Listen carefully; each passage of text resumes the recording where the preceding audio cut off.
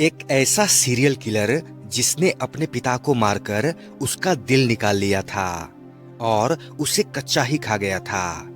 24 मई 1973, जगह ब्राजील की Santa Rita jail.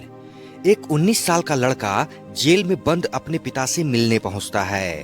पुलिसकर्मी दोनों को एकांत कमरे में छोड़कर चले जाते हैं। थोड़ी ही देर में कमरे से चीखने की आवाज आने लगती है। पुलिसकर्मी जैसे ही कमरे का दरवाजा खोलते हैं, उनके होश उड़ जाते हैं। लड़के के हाथ में उसके पिता का दिल था, जिसे वो नोच नोच कर खा रहा था।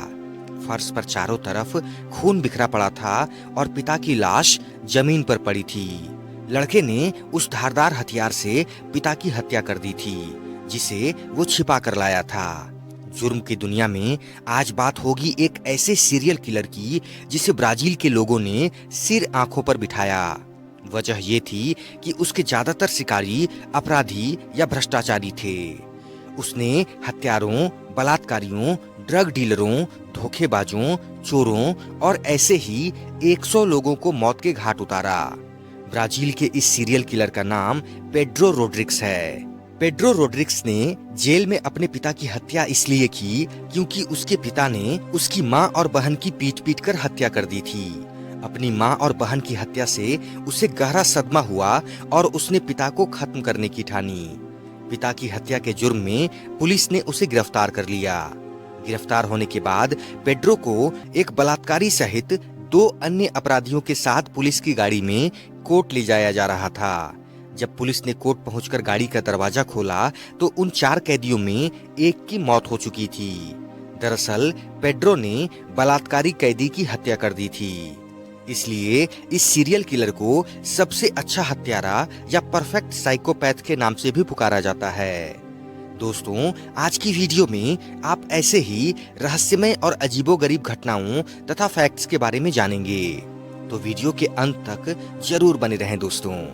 नंबर 2, इतिहास की पहली दर्ज महामारी 430 से 26 ईसा पूर्व में फैली थी। प्राचीन ग्रीस की राजधानी एथेंस में प्लेग की महामारी उस समय फैली जब एथेंस और स्पार्टा के बीच पेलोपोनेशियन युद्ध चल रहा था। नंबर 3, दुनिया के सबसे दुर्लभ जीवों में से एक वैक्विटा पोर्पोइस को विलुप्त होने वाले जीवों की लिस्ट में शामिल किया गया है। विश्व में इनकी संख्या केवल 10 रह गई है। यह पृथ्वी पर सबसे दुर्लभ समुद्री स्तनधारी जीव है। ग्रे और सिल्वर कलर के ये जीव मैक्सिको देश के गल्फ ऑफ कैलिफोर्निया में पाए जाते हैं। इनकी लंबाई अधिकतम 5 फीट और वजन 54 किलोग्राम तक होता है।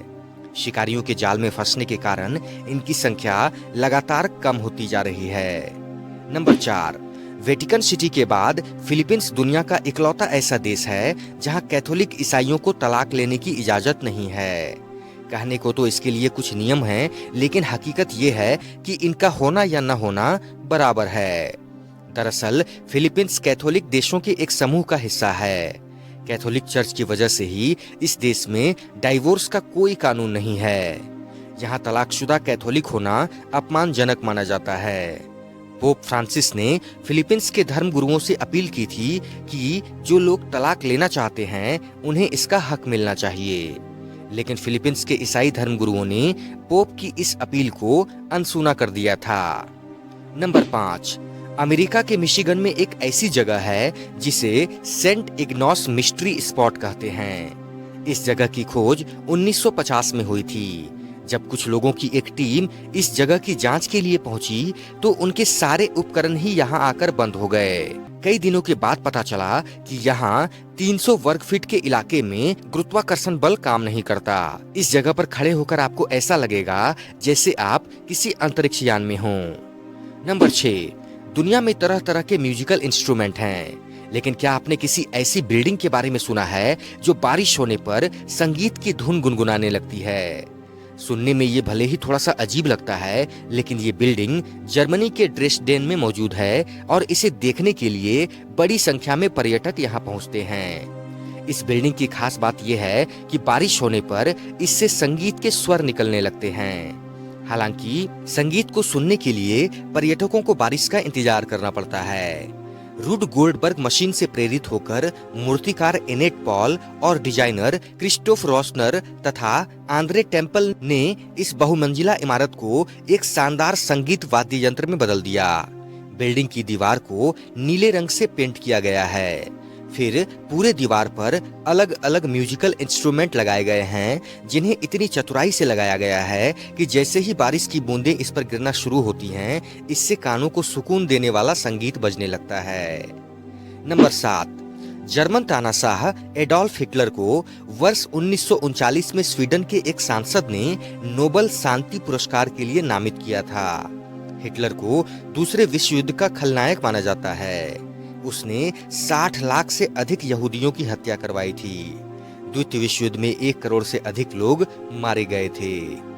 नंबर 8, एफिल टावर को 1887 में बनाना शुरू किया गया और यह 1889 में बनकर तैयार हुआ था। पहले पेरिस के बजाय स्पेन के बार्सिलोना में एफिल टावर का निर्माण किया जाने वाला था, पर इस प्रस्ताव को अस्वीकार कर दिया गया। नंबर 9, जेल एक ऐसी जगह होती है जहां पर चोरी, डकैती से लेकर अन्य अपराधों के लिए सजा के तौर पर अपराधियों को रखा जाता है। लेकिन आपको जानकर आश्चर्य होगा कि इंग्लैंड के बॉडमिन इलाके में एक सैकड़ों साल पुरानी जेल को आलीशान होटल में बदल दिया गया। इस आलीशान होटल में ठहरने के बाद आपको अंदाजा ही नहीं लगेगा कि आप किसी ऐसे जेल में हैं जहां कभी खूंखार कैदी रहते थे।